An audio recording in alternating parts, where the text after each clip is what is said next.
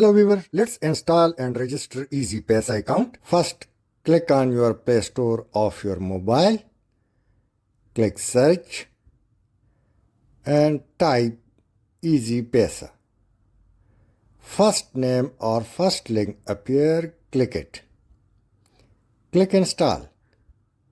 Now installation begun and it's done. Open the app. Now click my account for activation.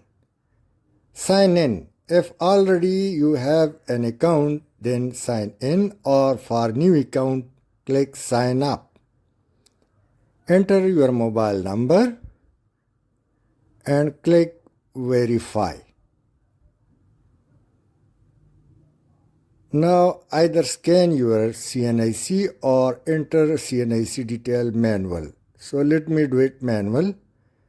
Enter CNIC, click next. Now it will verify for 50,000 account, 10 crore accounts and giant account. It's up to you which account you want to use. Let me select basic account. Select, scroll up, create account, and now enter 5-digit PIN, repeat it, and now let's go further. Click your number and verify. It's done.